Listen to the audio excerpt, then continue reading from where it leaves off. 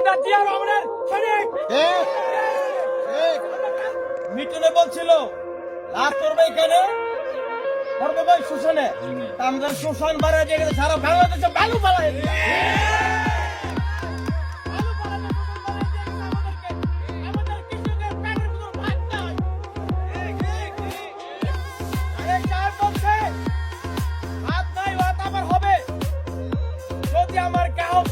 কৃষক ভাই ঠিক থাকে।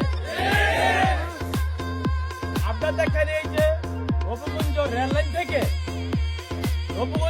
থেকে নজর দিলে ফুঙ্গু নাঙ্গবল পর্যন্ত নজর দিলে ধান আর ধান দেয়া গেছে, সরষার ফুল দেয়া গেছে।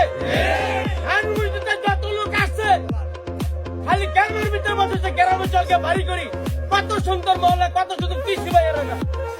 আর এখন টাউনে আমার শুধু আমাদের গ্রামে আসতে পারে না কেন? ওরা সন্ত্রাসের কারণে আসতে পারে না, ভালোর জন্য কোনো প্রচারণা করতে পারি না।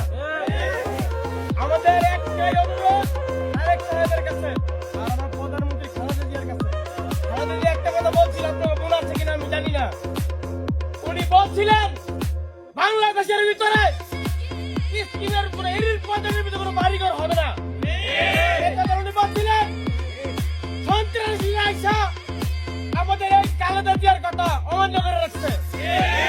কৃষি দামের 100 টাকা কেজি চাউল, 100 টাকা কেজি খাই চালু, 200 টাকা কেজি, 500 টাকা কেজি পেঁয়াজ, 80 টাকা পেঁয়াজ ধরে খাইতে পারি। ওই তো হলো হিন্দুর ঘরের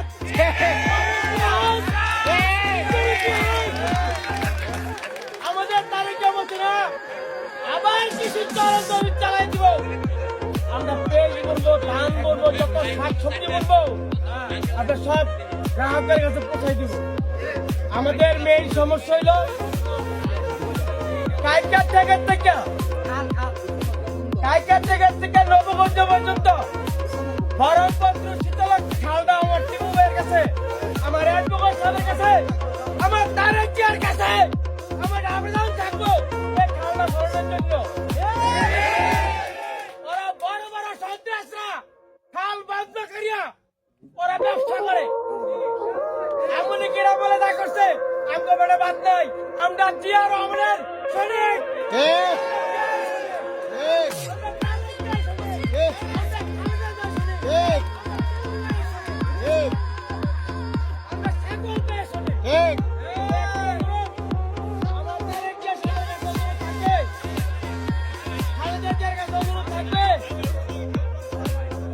আমাদের জন্য সারের জন্য বিষের জন্য আমাদের কৃষি ভাইয়েরা সাধারণ টাকার লেগে করতে পারে না।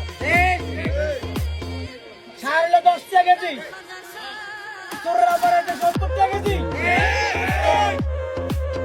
1 কেজি লাশ আগে এবার গায়ে 100 টাকা খাইছেন না?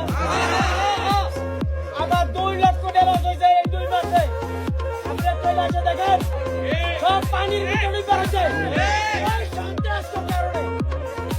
এই সন্ত্রাসের কারণে বিএনপিরা শান্তি পায় না।